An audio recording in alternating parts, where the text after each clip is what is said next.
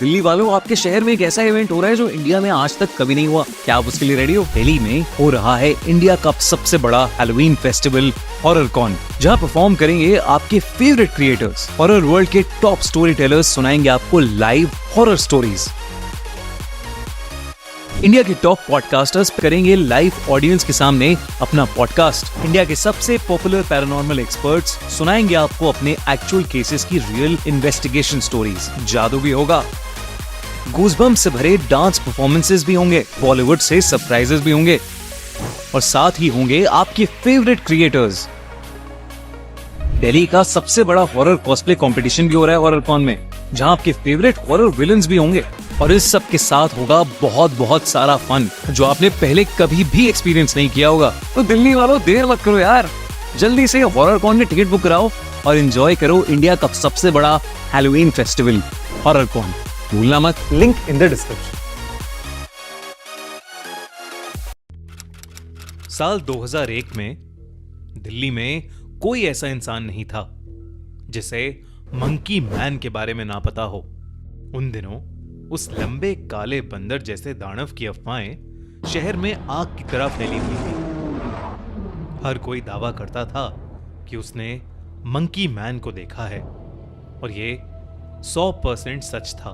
मैं ऐसा इसलिए कह सकता हूं क्योंकि मैंने खुद अपनी आंखों से मंकी मैन को देखा था। एक बार नहीं, कई बार। गर्मी का मौसम था, स्कूल की छुट्टियां थीं। मैं अपने मम्मी पापा के साथ अपने दादाजी के घर आनंद विहार आया हुआ था। वहां मुझे सबसे ऊपर वाले फ्लोर पर एक छोटा सा कमरा दिया था। उस कमरे में एक खिड़की थी जिससे मोहल्ले का अच्छा खासा व्यू दिखता था। हर रात को सोने से पहले मैं उस खिड़की के पास बैठता और अपनी किताब पढ़ता रहता। ऐसे ही एक रात जब मैं किताब पढ़ रहा था तो मुझे मंकी मैन पहली बार दिखा। मैं खिड़की के पास एक नई नॉवेल लेके बैठा था। मेरी आंखें सुस्त हो रही थीं और मैं बस झपकी लेने ही वाला था कि मुझे अपनी आंखों के कोने से कुछ दिखाई दिया। पास वाली बिल्डिंग की दीवार पर कुछ बड़ा सा काला सा जीव बड़ी तेजी से ऊपर जा रहा था। मैंने अपनी आंखें रगड़ी, पीठ सीधी की और बाहर झांक के देखा। बाहर का नजारा देख मेरा खून मेरी नसों में सूख गया जब मैंने एक काले बंदर जैसे जानवर को बिल्डिंग के पाइप से ऊपर चढ़ते हुए देखा। Monkey man. मैंने उसके बारे में कहानियां तो जरूर सुनी थी, पर कभी ये नहीं सोचा था कि वो कहानियां सच हो सकती थी। वो करीब 7 फुट लंबा था। उसका शरीर घने काले बालों से भरा हुआ था। उसे देख मेरा मुंह खुला का खुला रह गया जब वो छत पर चढ़ा और सीधा उठकर खड़ा हो गया। चांद की रोशनी उसके चेहरे पर आ गिरी। चाकू सी नुकीली हड्डियां, नरम चमड़ी और आंखें जो चांदनी में चमक रही थीं। ऐसा लग रहा था कि जैसे किसी बंदर के सर में किसी ने जबरदस्ती इंसान का चेहरा घुसा दिया हो। लेकिन मैं मंकी मैन को कुछ ही पल देख पाया था क्योंकि वो मुड़कर छत से कूदकर अंधेरे में कहीं गायब हो गया। मैंने अपने परिवार को उसके बारे में बताने की कोशिश की, लेकिन किसी ने भी मेरी बात का विश्वास नहीं किया। उन्हें लगा मैं अटेंशन के लिए मंकी मैन के बारे में कोई मजाक कर रहा हूं। यहां तक कि पापा ने मुझे डांट लगा दी और कहा कि अब मेरी ये सब मजाक करने की उम्र नहीं रही है। लेकिन मैं झूठ नहीं बोल रहा था। मैंने सच में मंकी मैन को देखा था। उस दिन के बाद से मंकी मैन का जुनून मुझ पर सवार हो गया। अखबार में आई कोई खबर हो या गलियों में बहती कोई अफवाह, मुझे जहां भी उसके बारे में कोई जानकारी मिलती मैं वहां फट से पहुंच जाता। यहां तक कि अगर कहीं उसके दिखने की बात हुई होती तो मैं मौका मिलते ही वहां पहुंच जाता। मेरी इन कोशिशों की वजह से मुझे मंकी मैन कई बार दिखा, छत पर, ब्रिज के नीचे और एक बार एक अंडरग्राउंड पार्किंग में भी। मैंने जितना उसे देखा उतना ज्यादा मुझे ऐसा लगा कि शायद वो एक ऐसा जानवर है जो अपने घर से बहुत दूर आ गया है और अब हम इंसानों की दुनिया में कहीं खो गया है। लेकिन मेरा ऐसा फील करने से कोई फर्क नहीं पड़ता था। हम इंसानों के लिए तो वो बस एक राक्षस ही था।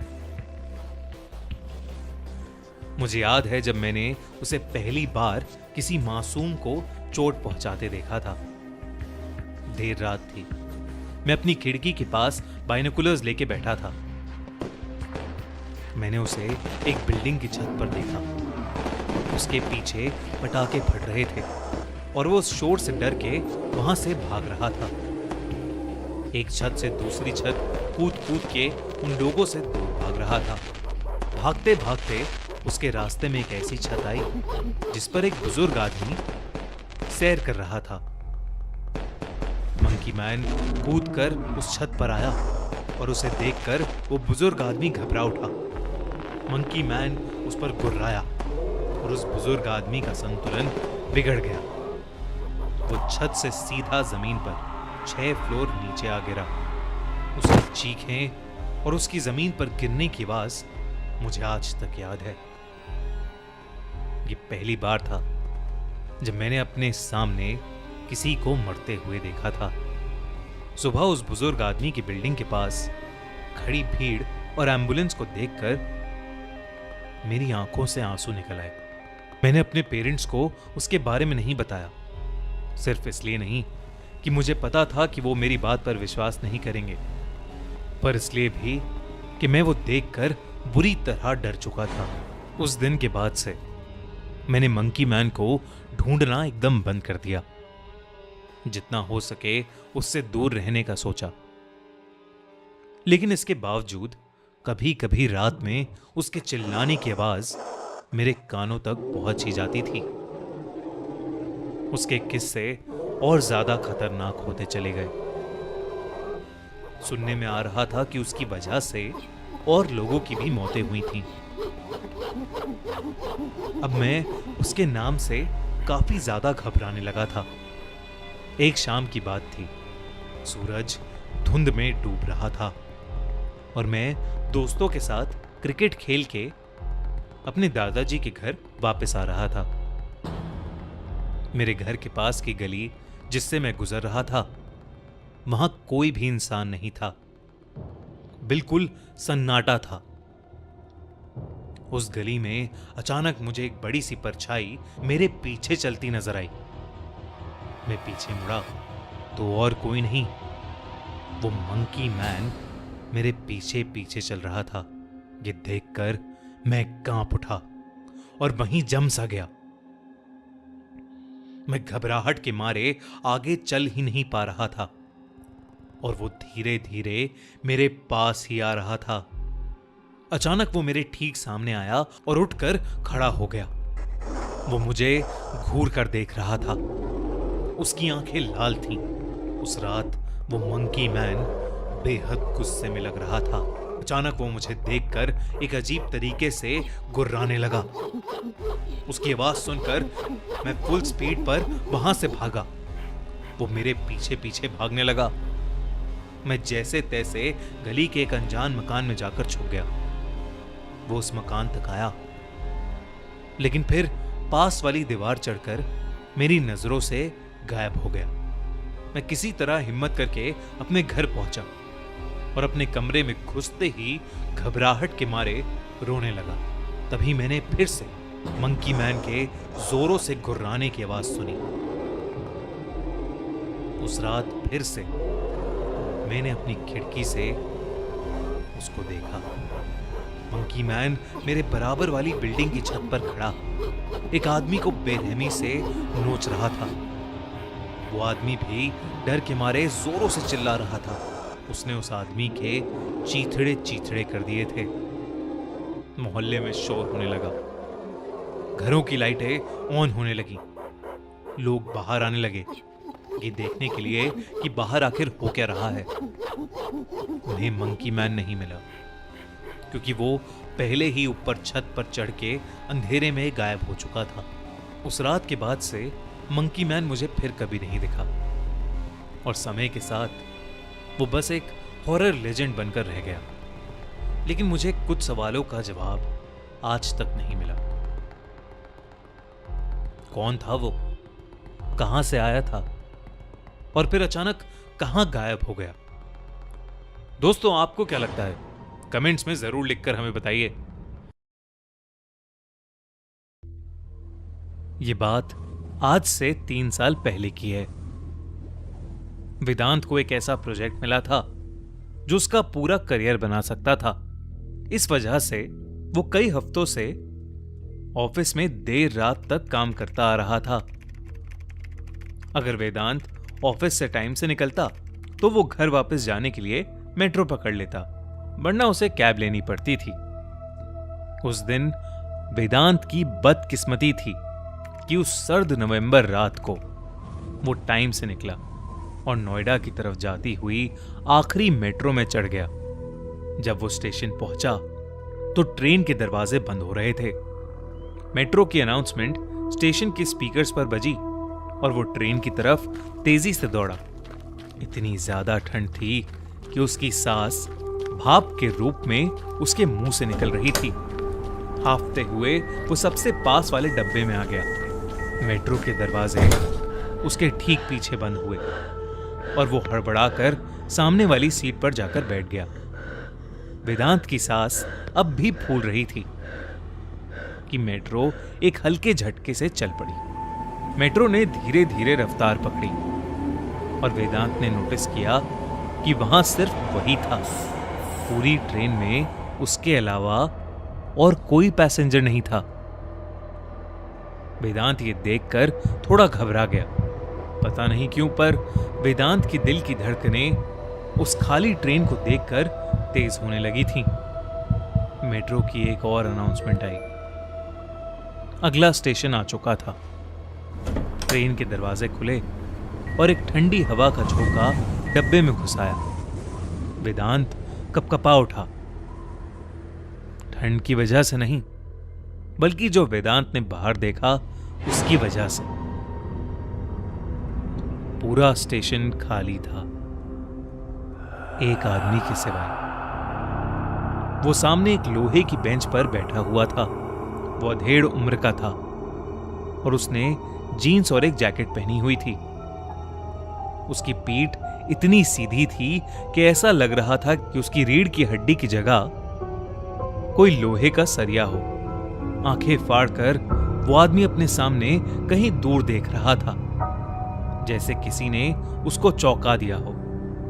उसकी बड़ी बड़ी आंखें ही बहुत थीं वेदांत को डराने के लिए, पर जो देखकर वेदांत की रूह कांप उठी वो थी उसकी मुस्कुराहट। एक कान से दूसरे कान तक खिंची हुई एक बेजान मुस्कान। वो एक भयानक पुतले की तरह बिना हिले डुले बस वहीं बैठा हुआ था। ट्रेन के उस स्टेशन से निकलने तक भी वो आदमी वहां से बिल्कुल भी नहीं हिला। यहां तक कि उसने अपनी पलकें तक नहीं झपकाई। वेदांत की सांस में सांस आई और वेदांत ने अपना सर हिलाया और खुद पर हंसने लगा। उसने सोचा कि ये कोई डरने की बात नहीं थी, कोई शायद शराब पी के बैठा हुआ होगा। वेदांत ये सोच ही रहा था कि मेट्रो का अगला स्टेशन आ गया। स्पीकर से अनाउंसमेंट आई और स्टेशन की लाइटें दिखने लगी। फिर ट्रेन प्लेटफॉर्म पर रुकी। दरवाजे खुले और इस बार तो वेदांत के होश उड़ गए। वो बूढ़ा आदमी वेदांत के ठीक सामने फिर से उसी बेंच पर बैठा हुआ था। वही मुस्कान, वही बड़ी बड़ी आंखें लिए। ऐसा कैसे हो सकता था? वो अगले स्टेशन पर इतनी जल्दी कैसे पहुंच सकता था? स्पीकर से फिर एक अनाउंसमेंट हुई, पर वेदांत का उस पर कोई ध्यान नहीं था, क्योंकि उसी वक्त उस आदमी की आंखें हैं और वेदांत की आंखों से मिली। वेदांत का दिल उसकी छाती पर हथौड़े की तरह बजने लगा। ट्रेन के दरवाजे बंद होते होते लगभग एक अरसा बीत गया। जैसे ही दरवाजे बंद हुए, वेदांत इंजन की तरफ जाने लगा। उसने सोचा कि अगर ट्रेन में कोई और पैसेंजर नहीं है तो कम से कम वो ड्राइवर के पास तो पहुंच ही सकता था। पर उसकी किस्मत खराब थी। उसके वहां तक पहुंचने से पहले ही ट्रेन अपने अगले स्टेशन पर पहुंच गई थी। दरवाजे खुलने लगे। इस बार वो आदमी बेंच पर बैठा नहीं था, बल्कि बेंच के किनारे खड़ा हुआ था। वो अब भी वेदांत को घूर रहा था। एक बार फिर मेट्रो की अनाउंसमेंट आई और दरवाजे बंद होने लगे। इस बार वेदांत अगले स्टेशन से पहले ड्राइवर के कंपार्टमेंट तक पहुंच गया और लोहे की उस दीवार पर जोर से अपने हाथ मारने लगा। वेदांत यही उम्मीद कर रहा था कि काश ड्राइवर उसकी आवाज सुन ले, लेकिन सामने से कोई जवाब नहीं आया। इतने में फिर अगला स्टेशन आ गया। दरवाजे खुले। उस प्लेटफॉर्म की लाइटें धीमी थीं। पूरी दिल्ली कोहरे से ढकी हुई थी। इस बार वो आदमी वेदांत को कहीं नहीं दिखा, लेकिन फिर अचानक वो अंधेरे में रोशनी की तरफ आया और वेदांत की नजर उस पर गई। वेदांत अब काफी ज्यादा डर चुका था। उसे समझ नहीं आ रहा था कि उसके साथ ये क्या हो रहा है। वो बूढ़ा आदमी अभी भी अजीब तरीके से चलता हुआ वेदांत की तरफ ही आ रहा था। वो किसी नॉर्मल इंसान की तरह नहीं, बल्कि किसी कठपुतली की तरह ही चलता हुआ वेदांत के पास आ रहा था। एक और कदम उसे ट्रेन में अंदर ले आता। वेदांत का शरीर अकड़ने लगा और घबराहट में उसकी एक जोर की चीख निकली। वेदांत ट्रेन के अंदर दूसरी तरफ के कंपार्टमेंट में भागने लगा। दरवाजे दोबारा बंद हुए और वेदांत को एहसास हुआ कि वो अब ट्रेन में उस आदमी के साथ बंद था। मेट्रो फिर एक बार झटके से शुरू हुई और वेदांत इस बार लड़खड़ा कर नीचे गिर पड़ा। जब वेदांत ने उठने की कोशिश की तो उसने अपने पीछे कुछ ऐसा देखा जो आज तक उसकी याददाश्त में छपा हुआ है। ट्रेन जोरों से हिल रही थी। वो आदमी वेदांत की तरफ अजीबोगरीब तरीके से चलते हुए आ रहा था और जहां वेदांत गिरा था उस कंपार्टमेंट की सारी लाइट्स फ्लिकर कर रही थीं। वेदांत को ऐसा लगने लगा कि उसके साथ कुछ बहुत बुरा होने वाला है। वो एक छोटे बच्चे की तरह फूट फूट कर रोना चाहता था, पर किसी तरह उसने हिम्मत जुटाई और उठ खड़े होकर दोबारा दौड़ना शुरू किया। वो ये सोच रहा था कि अगर वो ट्रेन के एंड तक पहुंचा तो फिर उसके आगे क्या? क्या वो डरावना आदमी उसे पकड़ लेगा और फिर क्या वो उसे मार डालेगा? वेदांत भागते भागते आखिरी डब्बे में पहुंचा। उसने अपने साइड में देखा कि अगला स्टेशन भी आ चुका था। वेदांत ने पीछे मुड़कर देखा तो वो आदमी अब वेदांत के बेहद पास था।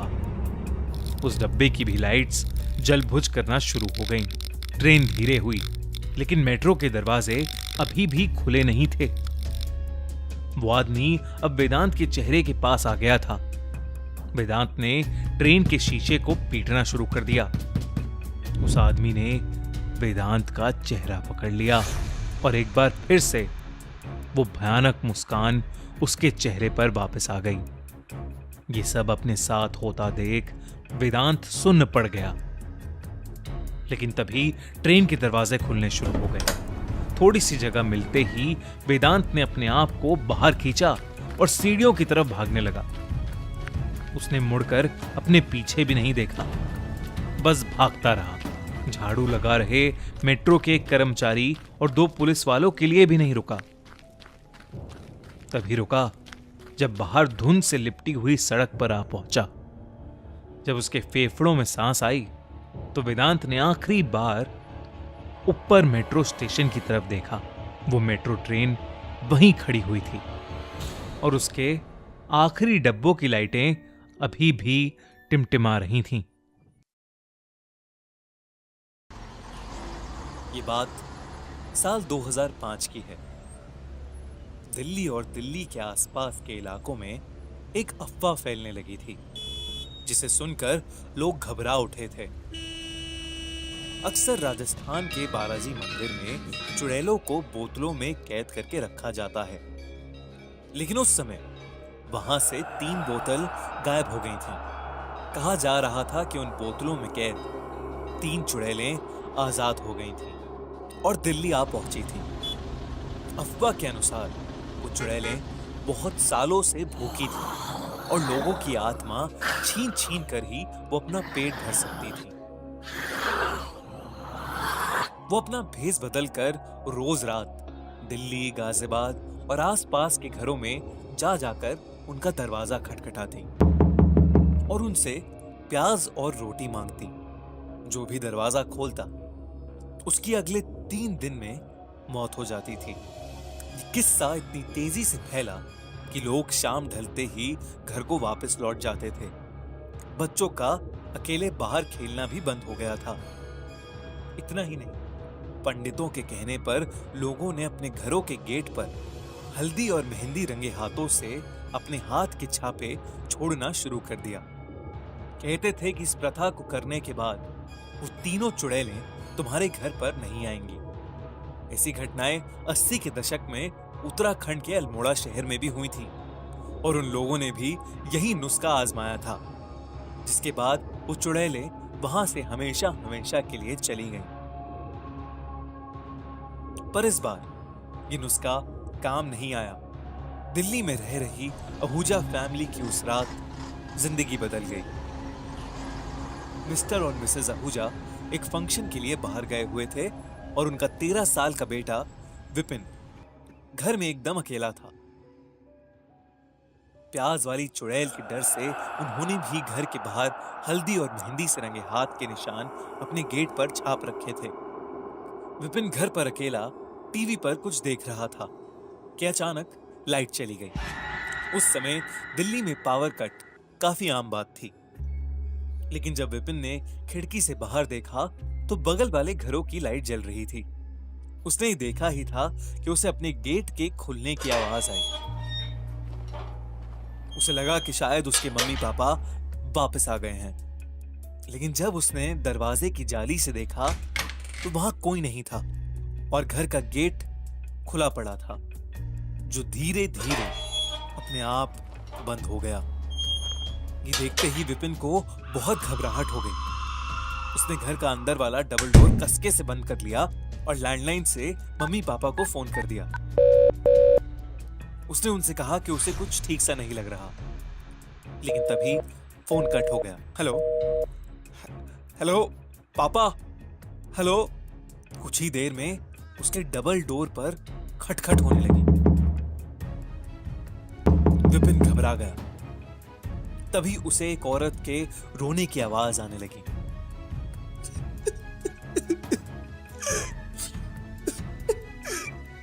मैंने सुबह से कुछ नहीं खाया है, मुझे कुछ खाने के लिए दे दो। विपिन डरता हुआ जाली के दरवाजे से उस औरत को देखने लगा। उसे एक बूढ़ी सी औरत दिखी जो वाकई में गरीब और भूखी लग रही थी। विपिन को उस पर दया आ गई। वो भूल गया कि रोटी और प्याज मांगने वाली वो चुड़ैल भेष बदल कर आती थी। विपिन ने किचन में जाकर देखा, लेकिन वहां खाने का ज्यादा सामान नहीं पड़ा था। बस एक रोटी और थोड़े से आलू थे। वो लेकर उसने दरवाजा खोला और वो रोटी और आलू उस बूढ़ी अम्मा को दे दिए, लेकिन उस बूढ़ी अम्मा ने आलू नीचे फेंक दिए और उससे प्याज मांगने लगी। मुझसे आलू नहीं खाए जाते, ऐसा करो मुझे प्याज ही दे दो। जैसे ही उसने प्याज मांगी, विपिन समझ गया कि वही प्याज मांगने वाली चुड़ैल है। वो घबराते हुए प्याज लेने अंदर की तरफ गया, लेकिन उस बूढ़ी औरत ने उसका हाथ पकड़ लिया और कहा, मैं भी चलती हूँ तुम्हारे साथ, खुद ही ले लेती हूँ प्याज। ये कहते कहते मानो उसका हुलिया ही बदल गया और उस बुढ़िया ने चुड़ैल का भयानक रूप ले लिया और वो जोर जोर से हंसने लगी।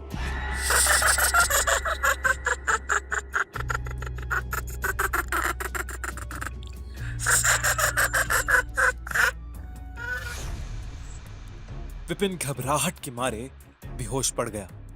अगली सुबह पड़ोस में रह रहे एक आदमी ने देखा कि विपिन के घर के गेट पर हल्दी और मेहंदी के हाथों के निशान अब खून के निशानों में बदल चुके थे। उस आदमी ने विपिन के घर का गेट खोला तो देखा कि वरांडे में विपिन बेहोश पड़ा था और पूरा घर खुला पड़ा था।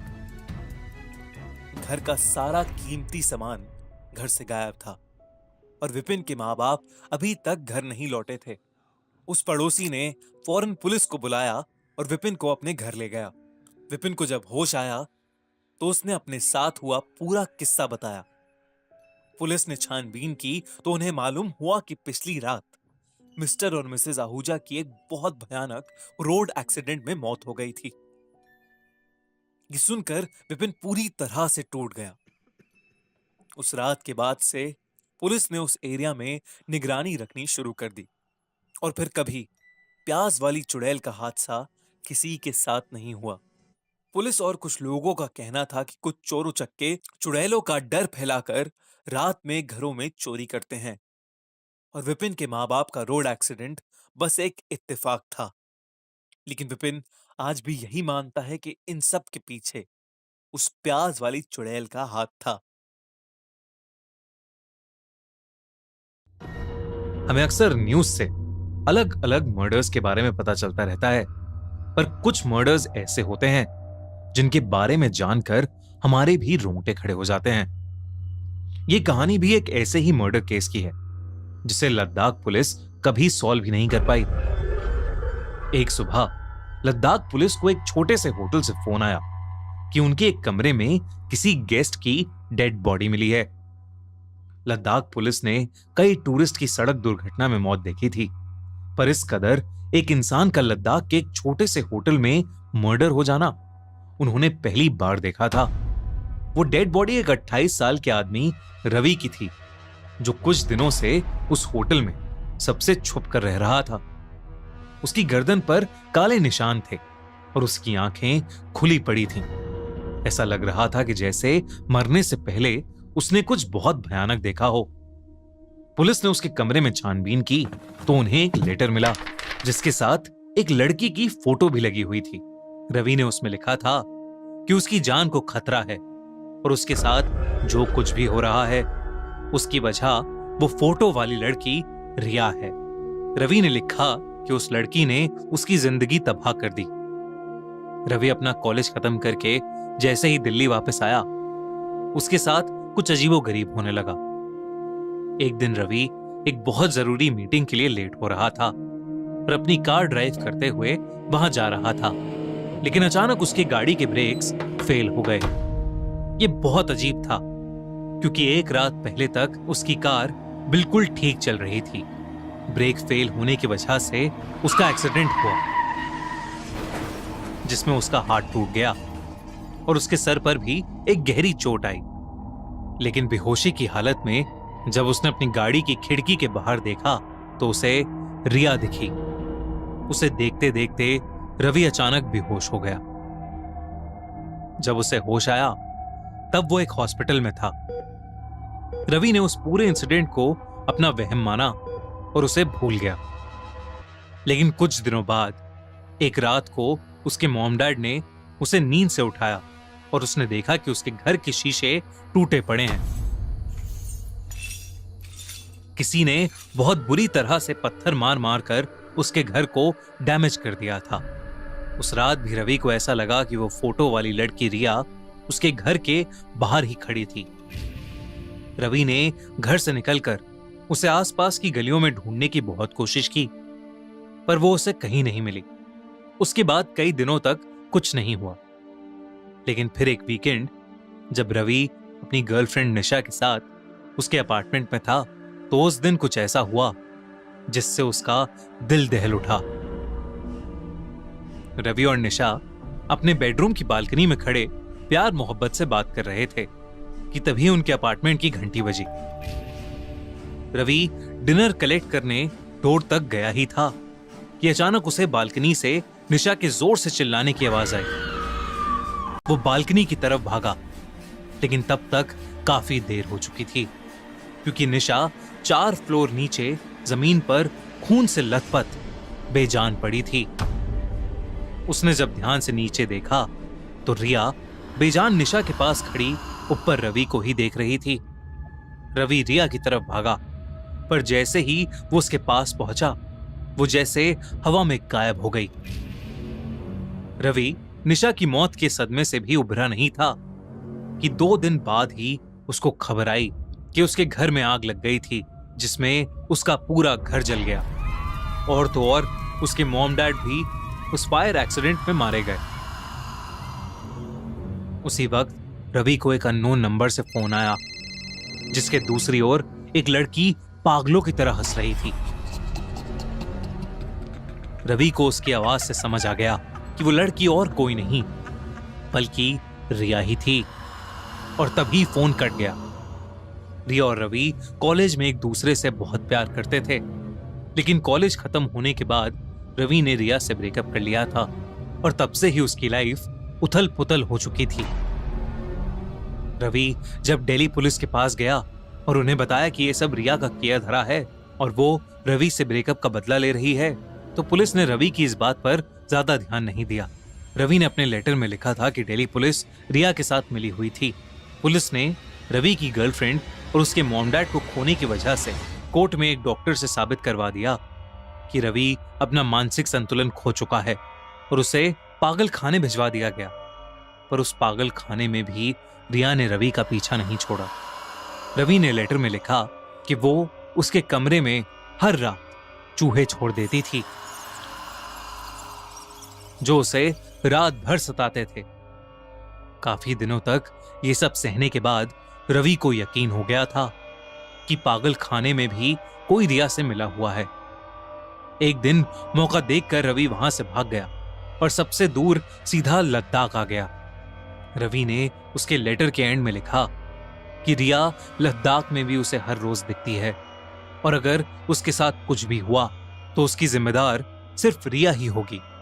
लद्दाख पुलिस ने लेटर तो पढ़ा, लेकिन उसके बाद उनके लिए वो केस और भी ज्यादा कॉम्प्लिकेटेड हो गया, क्योंकि फॉरेंसिक रिपोर्ट के मुताबिक किसी और ने नहीं बल्कि रवि ने खुद ही अपने हाथों से अपना गला दबाकर अपनी जान ली। इनफैक्ट उसके पूरे कमरे में किसी और के कोई निशान भी नहीं थे। लद्दाख पुलिस ने रवि के होटल के आसपास की सीसीटीवी फुटेज चेक करवाई, पर रिया की शक्ल या कद काठी वाली कोई भी लड़की उन्हें दिखाई नहीं दी। दिल्ली पुलिस से बात करके जब रिया के घर की डिटेल जांच करवाई गई तो पता चला कि उस घर में रिया कई साल पहले रहती थी। पुलिस को एक और शॉकिंग बात पता चली। रिया को मरे हुए कई साल बीत चुके थे। रिया की बेस्ट फ्रेंड ने पुलिस को बताया कि रिया बहुत टाइम से डिप्रेशन में थी और धीरे धीरे उसकी तबीयत इतनी खराब हो गई कि कमजोरी की वजह से उसकी मौत हो गई। लेकिन रिया के डिप्रेशन में जाने का कारण कोई और नहीं बल्कि रवि ही था। रिया बहुत ही अच्छी लड़की थी और एक होनहार स्टूडेंट थी। रवि रिया से प्यार का ढोंग करके उससे अपने एग्जाम्स लिखवाता था और उसे यूज करता था। एक बार रिया ने रवि को किसी और लड़की के साथ उसे चीट करते हुए पकड़ लिया था और इसीलिए उसने रवि से ब्रेकअप कर लिया। लेकिन रिया रवि से बहुत प्यार करती थी, इसलिए ब्रेकअप के बाद वो डिप्रेशन में चली गई। ना वो कुछ खाती पीती थी, ना वो किसी से बात करती थी, बस उदास रहती थी। दिल्ली पुलिस से सारी जानकारी लेने के बाद और आसपास की तहकीकात करने के बाद लद्दाख पुलिस ने यह माना कि रवि पागल हो गया था और अपनी मौत का जिम्मेदार वो खुद था। लेकिन पुलिस के दिमाग में हमेशा एक डाउट रह गया, क्योंकि रवि के लेटर में लिखी सारी बातें सच थीं।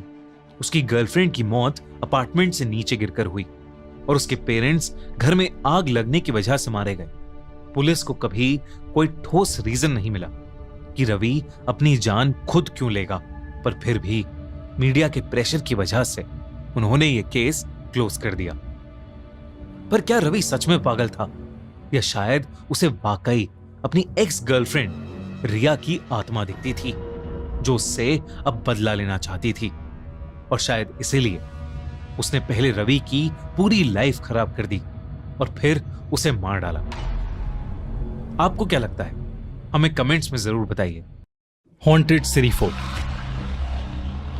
अश्विन ASI यानी आर्कियोलॉजिकल सर्वे ऑफ इंडिया का एक एम्प्लॉय था। वो लोग अपनी टीम के साथ दिल्ली के सिरी फोर्ट की साइट पर काम कर रहे थे। क्योंकि फोर्ट का एरिया बहुत बड़ा था और रात को वहां चोर और ड्रग एडिक्ट्स कभी कभार आ जाते थे, तो उनकी टीम अक्सर दिन में ही काम किया करती थी। लेकिन आज का दिन अवनीश के लिए कुछ अलग था, क्योंकि वो वहां एक पूरी रात अकेले बिताने वाला था। 600 साल पहले अलाउद्दीन खिलजी ने मंगोल लोगों के हमले से बचने के लिए सिरी फोर्ट बनवाया था। माना जाता है कि खूंखार मुगलों के अटैक्स का जवाब देने के लिए खिलजी ने गुस्से में आकर 8000 मंगोल सिपाहियों के गले काट दिए और उन सभी सिपाहियों के सर काटकर सिरी फोर्ट की दीवारों में चुनवा दिए थे। जिसके बाद इन दीवारों के अंदर एक पूरा शहर बसाया गया, जिसका नाम भी उन दीवारों में दफन सिरों की वजह से सिरी रखा गया। लोगों का मानना है कि आज भी वहां उन सभी सरकटे सिपाहियों की आत्मा भटकती है। वहां के गार्ड्स ने अवनीश को बताया कि लोगों को यहां रात को घोड़े की, सरकटे मंगोलों के चीखने की, मदद मांगने की अजीब सी आवाजें आती हैं। जो लोग रात को यहां रुके हैं, उनके मुंह दीवार पर रगड़कर उन्हें मारने की भी कोशिश की जा चुकी है। ये सारी बातें सुनकर अवनीश की सिरी फोर्ट में दिलचस्पी और बढ़ गई। वो अब वहां एक रात रुककर देखना चाहता था कि सिरी फोर्ट में एक्चुअली ये सब चीजें होती हैं या ये बस एक कहानी है। जैसे दिल्ली की हर पुराने मॉन्यूमेंट के साथ कोई ना कोई भूतिया कहानी जुड़ी होती है। अंधेरा होते ही उसकी पूरी टीम वापस चली गई, लेकिन वो वहीं रुक गया। अपना कैमरा, टॉर्च और नोटपैड लेकर अवनीश अंदर चला गया। रात में उसे सिरी फोर्ट के शहर के खंडर दिन से भी ज्यादा सुंदर लग रहे थे। उसे विश्वास ही नहीं हो रहा था कि इतनी सुंदर दीवारों के अंदर अलाउद्दीन खिलजी ने 8000 मंगोल सिपाहियों के सर काटकर चुनवा दिए थे। मस्जिद क्रॉस करके वो सबसे पहले बनी दीवार के कोने की तरफ चल पड़ा। वो रास्ता झाड़ियों से भरा था और अब उसके चारों तरफ रूह कपकपाने वाली शांति फैल गई थी। उसे अब उस दीवार के खंडर दिखने शुरू हो गए थे। उसे ऐसा लगा कि उसे किसी की मदद मांगने की आवाज आ रही है। उसे लगा कि शायद डोर से कहीं किसी की आवाज गूंज रही होगी। तो अवनीश ने उस पर ज्यादा ध्यान नहीं दिया, लेकिन उसने जैसे ही अपना कैमरा ऑन किया तो उसकी फ्लैश से आगे की दीवारें भी दिखने लगीं, जिसमें उसे अचानक से दीवार के अंदर धंसा हुआ एक कटा हुआ सर दिखा। अवनीश घबरा गया। उसने कैमरा हटाकर दीवार की तरफ देखा, लेकिन वहां कोई नहीं था। जब उसने वापस कैमरे में देखने की कोशिश की तो उसका कैमरा अचानक बंद पड़ गया। अवनीश को यह बात बहुत अजीब लगी, क्योंकि जब वो वहां आया था तो उसके कैमरे की बैटरी फुल थी। वो अपने कैमरे को ऑन करने की कोशिश कर ही रहा था कि तभी उसे थोड़ी दूर से घोड़ों के चिल्लाने और दौड़ते हुए कदमों की आवाजें आने लगीं। अवनीश ने कहानियों में सुना था कि रात को सिरी फोर्ट जिंदा हो जाता है। वहां की दीवारें उस जमाने का एक भ्रम बनाने लगती हैं और वो मरे हुए मंगोल अपने ही तरह लोगों को सिरी फोर्ट की खंडर हुई दीवारों में कैद कर लेते हैं। इसलिए जब उसने वो आवाज सुनी तो अवनीश ने सोचा कि सिरी फोर्ट से निकलना ही बेटर होगा। इसलिए अवनीश वहां से जाने लगा, लेकिन उसे बाहर निकलने का रास्ता मिल ही नहीं रहा था। वो जिस भी डायरेक्शन में जाता था वो उसी दीवार के पास घूमकर वापस आ रहा था। उसका फोन भी बंद हो चुका था। अवनीश वहां खड़ा चिल्लाने लगा, लेकिन उसके चिल्लाने के बाद भी कोई उसे सुन नहीं पा रहा था। अवनीश बहुत ज्यादा घबराने लगा। वो आवाजें रुक ही नहीं रही थीं। किसी तरह उसने अपनी सारी जान लगाई और उस दीवार से उल्टी डायरेक्शन में बिना रुके भागने लगा। पर वो जैसे जैसे भाग रहा था, उन्हीं घोड़ों की आवाज और तेज होने लगी और उसके और पास आने लगी। भागते भागते वो फिर उसी दीवार के सामने आ गया। तभी एकदम से उसे दिखा कि उसी दीवार से एक कटा हुआ सर बाहर निकलने की कोशिश कर रहा है। उसके वॉर हेलमेट और चेहरे से साफ था कि वो एक मंगोल सोल्जर का सर था। अवनीश ने देखा कि उसका मुंह धीरे धीरे खुल रहा था, जैसे वो कटा हुआ सर कुछ बोलने की कोशिश कर रहा हो। अवनीश ने डर के मारे अपनी आंखें बंद कर लीं। अपने आप को समझाया कि ये सब उसकी इमेजिनेशन का एक हिस्सा है। लेकिन जब उसने आंखें खोली तो उसका खून सूख गया, क्योंकि अब उसके सामने एक नहीं बल्कि कई कटे हुए सर दीवारों से निकलकर उसको घूर रहे थे और दर्द से चिल्ला रहे थे। अवनीश का दिल अब तेजी से धड़क रहा था। वो पागलों की तरह चिल्लाने की कोशिश कर रहा था, लेकिन उसकी आवाज भी निकलना बंद हो गई थी। अवनीश को ऐसा लग रहा था कि वो सारे सर रोते हुए, दर्द में चिल्लाते हुए उसको अपनी तरफ खींचने लगे हों। अवनीश खुद को संभाल नहीं पा रहा था। उसके हाथ कांपने लगे थे और वो एकदम से उस दीवार की तरफ खिंचता चला गया। उसे ऐसा लग रहा था कि जैसे उन दीवारों में से कई हाथ निकलकर उसको जकड़ रहे हैं और दीवार की ओर खींच रहे हैं। उसने अपना सर दीवारों पर रगड़ना शुरू कर दिया, जैसे वो खुद को उन्हीं दफनाए हुए सरों का हिस्सा बना रहा हो। उसे बहुत ज्यादा दर्द हो रहा था, लेकिन वो खुद को रोक ही नहीं पा रहा था। अचानक से उसे अपनी गर्दन पर बहुत तेज दर्द महसूस हुआ। उसे ऐसा फील हो रहा था कि जैसे कोई उसका सर उसकी बॉडी से अलग कर रहा है।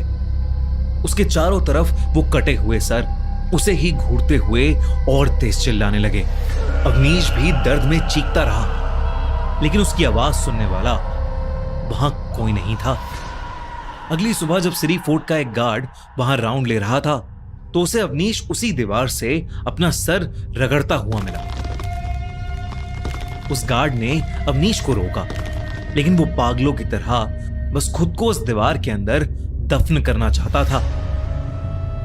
जैसे तैसे उस गार्ड ने अवनीश को उस दीवार से दूर खींचा। अवनीश उस दीवार से दूर जाते ही नीचे गिर गया और एकदम से बेहोश हो गया। कुछ देर बाद अवनीश की आंखें हॉस्पिटल में खुली। उसने सबको अपने साथ हुई घटना के बारे में बताया। सब लोग अवनीश का एक्सपीरियंस सुनकर शॉक थे। उस दिन के बाद से अवनीश ने कभी वापस मुड़कर सिरी फोर्ट को नहीं देखा।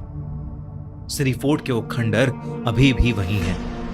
आसपास के इलाकों में जिंदगी दिन रात चलती रहती है, लेकिन सिरी फोर्ट की दीवारों में वो मंगोल सिपाही आज भी वहां आपको अपने ही जैसे उन दीवारों में दफनाने का इंतजार कर रहे हैं।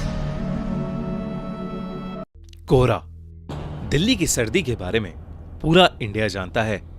कड़कती ठंड में दिल्ली बहुत ही खूबसूरत लगती है, पर इसी ठंड में हमें देखने को मिलता है खूब सारा कोहरा, घना कोहरा जो एक चादर की तरह पूरी दिल्ली को ढक देता है।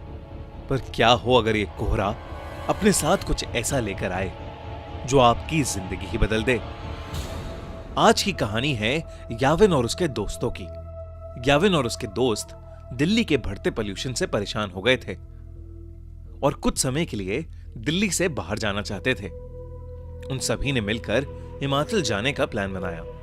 3 दिन बाद ही उन्होंने कैब हायर की और सुबह 4 बजे अपनी ट्रिप के लिए निकल गए। याविन और उसके दोस्तों को लेने आया ड्राइवर बहुत ही हंसमुख और खुश मिजाज था। कुछ ही समय में उस ड्राइवर की दोस्ती सभी से हो गई थी। उन लोगों को घर से निकले हुए करीब 4 घंटे हो चुके थे। सुबह के 8 बज रहे थे। आसमान में अब भी अंधेरा छाया हुआ था। तभी गाड़ी में बैठे सभी लोगों को सामने रोड पर एक घने कोहरे की चादर दिखी। वो कोहरा इतना गहरा था कि उसके आगे रोड दिखाई ही नहीं दे रही थी। याविन ने नोटिस किया कि उनका ड्राइवर जो पहले बहुत मुस्कुरा रहा था, अब अचानक से बहुत सीरियस हो गया है। उसके चेहरे का मानो रंग ही उड़ गया है। याविन को लगा कि शायद ड्राइवर कोहरे में गाड़ी चलाने से घबरा रहा था। याविन ने ड्राइवर के कंधे पर हाथ रखा और उससे कहा, भैया टेंशन मत लो, धीमी स्पीड पर गाड़ी कोहरे से निकाल लेना। तभी उस ड्राइवर ने याविन को देखा और सहमी हुई आवाज में कहा, मेरी आपसे विनती है, कोहरे से निकलते वक्त प्लीज गाड़ी की खिड़की बंद ही रखना, भूल कर भी मत खोलना। ड्राइवर इतना डरा हुआ था कि याविन और उसके दोस्तों की हंसी छूट गई। इस पर उस ड्राइवर ने बताया कि वो जिस इलाके में है वहां कभी कोहरा नहीं आता, और जब कभी ऐसा कोहरा आता है तो वो अपने साथ एक छलावा, एक झूठ, एक माया लेकर आता है।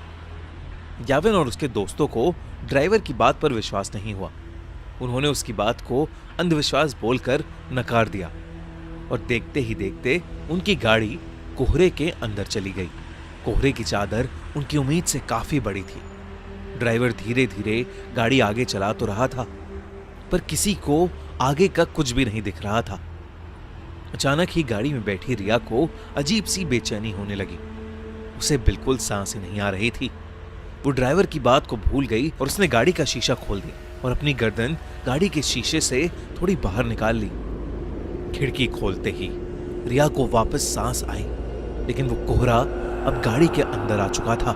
कुछ ही सेकंड्स बाद जैसे ही रिया ने गाड़ी के अंदर देखा तो उसके होश ही उड़ गए। गाड़ी रोड पर चल रही थी, पर उस गाड़ी के अंदर रिया के अलावा और कोई नहीं था। रिया की सांस वही अटक गई। याविन, रवि और ड्राइवर तीनों ही गाड़ी से गायब थे। गाड़ी अपने आप आगे चल रही थी। रिया ने गाड़ी से कूदने के लिए गाड़ी का दरवाजा खोलने की कोशिश की, पर गाड़ी लॉक थी और जोर लगाने पर भी उसका लॉक नहीं खुल रहा था। वो जोर जोर से गाड़ी के अंदर चिल्लाने लगी। तभी कुछ ही देर में धीरे धीरे वो गाड़ी खुद ही रुक गई और दरवाजे का लॉक अपने आप खुल गया। रिया ने बिना कुछ सोचे समझे गाड़ी का लॉक खोला और गाड़ी से बाहर भागने लगी, पर उसे अपने आसपास घने कोहरे के अलावा और कुछ भी नहीं दिख रहा था। रिया चिल्ला चिल्ला कर मदद मांगने लगी। उसका दिल अब उसके शरीर से बाहर आ रहा था कि तभी उस कोहरे में कुछ दूर पर उसे एक काली परछाई दिखी जो एक बहुत ही बड़े आदमी जैसी लग रही थी। रिया मदद के लिए उस आदमी की तरफ भागने लगी, पर भागते हुए उसने ये देखा कि वो परछाई के करीब पहुंच ही नहीं पा रही है। वो परछाई हमेशा उतनी ही दूर होती जितनी पहले थी।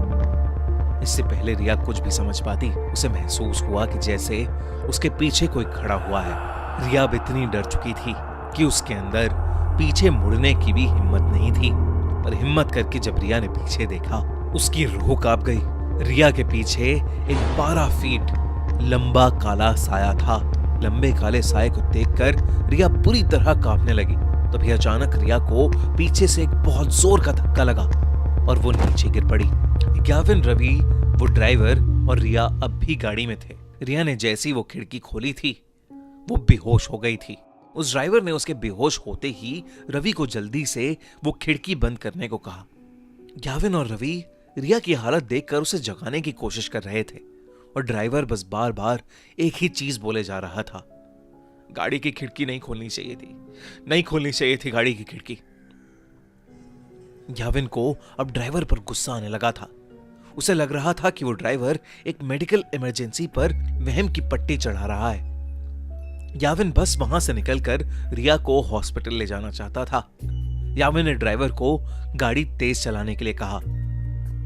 ड्राइवर ने याविन की बात मानी और गाड़ी के एक्सीलरेटर पर अपना पैर दबा दिया। लेकिन कुछ ही सेकंड्स में अचानक से गाड़ी के सामने एक लड़की आ गई और इतनी तेज स्पीड होने की वजह से गाड़ी उस लड़की से टकरा गई। उस लड़की के टकराने के बाद ड्राइवर ने गाड़ी वहीं रोक दी। अब याविन और रवि की सांसें वहीं अटक गई थीं। याविन तुरंत गाड़ी से उतरकर उस लड़की को देखने गया। उसने देखा कि एक लड़की खून से लथपथ रोड पर उल्टी पड़ी हुई थी। याविन ने जैसे ही उसकी शक्ल देखने के लिए उसे पलटा, उसका दिल दहल गया। वो खून से लथपथ पड़ी लड़की कोई और नहीं बल्कि याविन की दोस्त रिया थी। याविन को कुछ समझ नहीं आ रहा था क्योंकि रिया तो उसके साथ गाड़ी में थी। याविन दोबारा गाड़ी की ओर गया और उसने देखा कि पूरी गाड़ी बिल्कुल खाली थी। गाड़ी के अंदर और कोई भी नहीं बैठा था। याविन को कुछ समझ नहीं आ रहा था। वो बहुत ज्यादा डर चुका था। याविन ने रिया की बॉडी को उठाकर गाड़ी में रखा और खुद ड्राइवर सीट पर बैठकर गाड़ी को चलाने लगा। याविन उस घने कोहरे में बस तेजी से गाड़ी चला रहा था। तभी उस चलती हुई गाड़ी के सामने वही 12 फुट लंबा काला साया आ गया और याविन का गाड़ी की स्टीयरिंग पर से कंट्रोल बिगड़ गया और वो गाड़ी रोड के एक साइड के एक पेड़ से जाकर टकरा गई। अगली सुबह उनकी गाड़ी एक पेड़ से टकराई हुई मिली जिसमें ड्राइवर, याविन, रवि और रिया थे। वो चारों उस कोहरे की रात जिंदा तो बच गए, लेकिन यावी के सर पर चोट आने की वजह से उसका मानसिक संतुलन बिगड़ गया और रिया को इतना गहरा सदमा लगा कि अब उसे हर जगह सिर्फ वही काला साया दिखता है। अगली बार कोहरे में जाओ तो अपनी गाड़ी की खिड़की कभी मत खोलना। पीपल का भूतिया पेड़, हॉन्टेड ट्री। पेड़, फूल और बगीचे किसे नहीं पसंद। तेज धूप में पेड़ की छांव में बैठना और बारिश में उसकी पत्तियों से गिरती हुई बूंदों को अपने चेहरे पर महसूस करने का अपना ही एक अलग मजा होता है। लेकिन इंडिया में कुछ ऐसे भी पेड़ हैं जिन्हें जानलेवा माना जाता है, क्योंकि रात को वहां भूतों का वास होता है। एक ऐसी ही स्टोरी लेकर आया है ZEE5 अपनी नई मूवी भूतनी में, जिसमें एक आत्मा करती है पूरे कॉलेज को हॉन्ट। जहां भूतनी एक मजेदार हॉरर कॉमेडी मूवी है, वहीं हमारी आज की कहानी दिल्ली यूनिवर्सिटी की एक रियल हॉरर स्टोरी पर बेस्ड है। आरव, नमन और वेदांश दिल्ली यूनिवर्सिटी में पढ़ते थे और कॉलेज हॉस्टल में एक ही रूम में रहते थे। उनका पहला ही साल था और उन तीनों की काफी अच्छी दोस्ती हो गई थी। उन्होंने एक रात कैंपस को एक्सप्लोर करने का प्लान बनाया। उन्हें किसी ने बताया था कि उनके कैंपस के अंदर एक बहुत पुराना पीपल का पेड़ है, जिसे लोग हॉन्टेड या शापित कहते हैं, लेकिन वहां किसी को भी जाने की परमिशन नहीं है। इसलिए उन्होंने प्लान बनाया कि वो वहां जाएंगे और उस पेड़ को देखेंगे। वो कॉलेज की एक दीवार टाप कर उस कंपाउंड में पहुंच गए जहां वो पीपल का पेड़ था। वो जितना बड़ा था उतना ही भयानक भी लग रहा था। उसके आधे पत्ते सूखे हुए थे और आधे जैसे सड़ गए हों। उस पेड़ पर कई चुन्नियां और धागे भी बंधे हुए थे। वेदांश ने मस्ती में दोनों को डेर दिया कि अगर उनमें से कोई भी उस पेड़ से एक चुन्नी निकाल के ले आएगा तो वेदांश उसे 2000 रुपए देगा। घबराए हुए नमन ने तो पहले ही मना कर दिया, लेकिन आरव एकदम से पेड़ की तरफ चलने लगा। नमन ने डरते हुए आरव को रोका और उस पेड़ की कहानी बताने लगा। उसने बताया कि ऐसा कहा जाता है, एक लड़की को उसके बॉयफ्रेंड ने कई साल पहले मारकर उसे उस पेड़ के नीचे दफना दिया था। कहते हैं कि उस लड़की की आत्मा आज भी उसी पेड़ से जुड़ी है। माना जाता है कि आज तक जिसने भी उस पेड़ को छुआ है, उस लड़की की भूतनी ने उसकी जान ले ली है। पर आरव नमन की इन कहानियों का मजाक उड़ाने लगा और बिना डरे पेड़ के सामने जाकर खड़ा हो गया। नमन बार बार उसे पेड़ को छूने से मना करता रहा, पर आरव ने एक ही झटके में उस पेड़ से ना ही सिर्फ एक चुन्नी उतारी, बल्कि एक धागा भी निकाल लिया और सीधा आकर वेदांश के हाथ में थमा दिया। वेदांश ने उसी वक्त शर्त के मुताबिक आरव को पैसे दिए और वो दोनों डरे हुए नमन का मजाक उड़ाने लगे। कुछ देर बाद वो तीनों वापस अपने हॉस्टल में पहुंचे। एग्जाम्स खत्म होने की वजह से ज्यादातर स्टूडेंट्स सेलिब्रेट करने बाहर गए थे, तो उस रात वो तीनों अपने फ्लोर पर बिल्कुल अकेले थे। डर के मारे नमन ने अंदर से दरवाजा बंद कर लिया था और वेदांश और आरव भी थके होने के कारण कमरे में जाते ही सो गए। कुछ ही देर बाद शीशा टूटने के जोर की आवाज से तीनों की नींद एक साथ खुल गई। उन्होंने आसपास देखा तो सब सही सलामत था, पर खिड़की बार बार अपने आप खुल रही थी। आरव तुरंत उठा और डरते हुए उसने खिड़की बंद कर दी। लेकिन ये बात बाकी दोनों को थोड़ी अजीब लगी, क्योंकि हर बात पर मजाक उड़ाने वाला आरव एकदम से चुप हो गया था। जैसे ही आरव बिस्तर में घुसा, तभी एकदम से खिड़की वापस खुल गई और आरव जोर जोर से चिल्लाने लगा और ये कहने लगा कि ये खिड़की एक बहुत ही भयानक दिखने वाली भूतनी ने खोली है, जिसके बिखरे हुए बाल हैं और जिसका पूरा शरीर घावों से भरा है। और वो भूतनी इस वक्त उनकी खिड़की के बाहर खड़ी है और आरव को जान से मारने की धमकी दे रही है। वेदांश और नमन को कुछ समझ नहीं आ रहा था, क्योंकि उस खिड़की के बाहर कुछ भी नहीं था। उन्होंने आरव को शांत करने की कोशिश की, लेकिन वो वेदांश और नमन से अपने आप को उस भूतनी से बचाने की मदद मांगता रहा। वेदांश ने उठकर खिड़की वापस बंद कर दी और आरव को किसी तरह शांत करके सुलाया। सुबह जब उनकी आंख खुली तो आरव कमरे में था ही नहीं। उन्होंने उसे पूरे हॉस्टल में ढूंढा, पर वो कहीं नहीं मिला। तभी उन्हें एक फ्रेंड का फोन आया और उसने बताया कि पुलिस को कैंपस के भूतनी वाले पीपल के पेड़ से आरव की चुन्नी से लटकी हुई बॉडी मिली है। ये सुनकर वेदांश और नमन के डर का कोई ठिकाना नहीं था, क्योंकि अब उन्हें समझ आ गया था कि ये सब उस पीपल के पेड़ की भूतनी की वजह से हो रहा है। आरव उसी चुन्नी में लिपटा था जो उस रात उसने उस पेड़ से चुराई थी। उन दोनों को समझ नहीं आ रहा था कि वो क्या करें।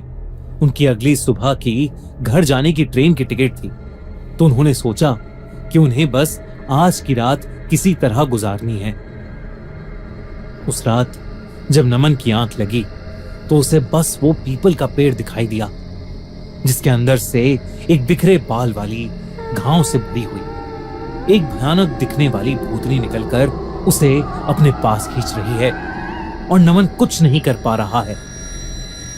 अचानक से सपने में उस भूतनी ने उसका गला घोटना शुरू कर दिया और नमन की आंख अचानक खुल गई। नमन डर के मारे पसीने पसीने हो चुका था, पर उसका ध्यान अपने से ज्यादा अपने सामने बैठे वेदांश पर गया, जो दुबक कर कांपता हुआ बेड के कोने में बैठा किसी चीज को देखकर कुछ बड़बड़ाए जा रहा था। नमन ने वेदांश को पुकारा, पर वेदांश कुछ रिएक्ट नहीं कर रहा था। ऐसा लग रहा था कि जैसे वो किसी से बात कर रहा है और बात करते करते बहुत ज्यादा घबरा रहा है। नमन को अब उससे डर लगने लगा था। वो उसे फिर से पुकारने लगा, लेकिन वेदांश उसकी बात को अनसुना करके बस कांपे जा रहा था। नमन को लगा कि वेदांश को मेडिकल हेल्प की जरूरत है, इसलिए वो फौरन अपने बेड से उठकर हॉस्टल वार्डन के रूम के बाहर जाकर दरवाजा खटखटाने लगा। पर जैसे ही वो दरवाजा खुला, नमन सुन्न पड़ गया। उसके सामने आरव खड़ा था, जिसका पूरा शरीर नीला पड़ चुका था। वो बेहद भयानक लग रहा था। उसके हाथ में वही चुन्नी थी और वो धीरे धीरे नमन के पास आ रहा था। उसे देखते ही नमन जोर से चीख पड़ा, लेकिन तभी आरव वहां से गायब हो गया और हॉस्टल वार्डन तेजी से नमन के पास आया। उसने पूछा कि उसे क्या हो गया है, तो नमन ने उसे पूरी बात बताई और वो लोग जल्दी से उसके कमरे की ओर गए। लेकिन जैसे ही वो दोनों कॉरिडोर में पहुंचे, उन्हें देखा कि वेदांश दर्द में चीखते हुए अपने आप ही घसीटता हुआ हॉस्टल के बाहर जा रहा है। वो दोनों उसके पीछे पीछे भागे और उसी पीपल के पेड़ वाले कंपाउंड में पहुंच गए। वहां उन्होंने जो देखा वो देखकर उनकी हालत खराब हो गई। वेदांश हवा में फ्लोट कर रहा था। साफ साफ दिख रहा था कि वो किसी अदृश्य शक्ति के वश में है। वेदांश दर्द में चीख रहा था, जैसे कोई उसके अंदर से उसकी जान निकाल रहा हो। नमन उसे पुकार रहा था, पर उसका वेदांश पर कोई असर नहीं हो रहा था। तभी वेदांश की गर्दन अचानक से चटक गई और वो जमीन पर नीचे गिर पड़ा। इससे पहले कि नमन और वो हॉस्टल वार्डन उसके पास जा पाते, उनके सामने वही बिखरे बाल वाली, घाव से भरी हुई एक भयानक दिखने वाली भूतनी आ गई। वो बेहद खूंखार दिख रही थी। नमन और हॉस्टल वार्डन दोनों उसे देखते ही बेहोशी की हालत में आ गए और नीचे गिर पड़े। अगली सुबह जब उन दोनों की आंख खुली तो उन्हें देखा कि बेजान सा वेदांश वैसे ही उस पीपल के पेड़ से लटका हुआ है जैसे आरव लटका था। ये खबर पूरे कैंपस में फैल गई और उस पीपल के पेड़ के उस पूरे कंपाउंड को सीमेंट से बंद कर दिया गया। नमन ने उस पेड़ का मजाक नहीं बनाया था और शायद इसीलिए वो जिंदा बच गया। पर लोग आज भी उस रास्ते के आसपास जाने से डरते हैं, क्योंकि क्या पता उस भूतनी का अगला शिकार वही बन जाए। अगर आपको हमारी ये कहानी अच्छी लगी तो हमारे चैनल खूनी मंडे को सब्सक्राइब करना मत भूलना।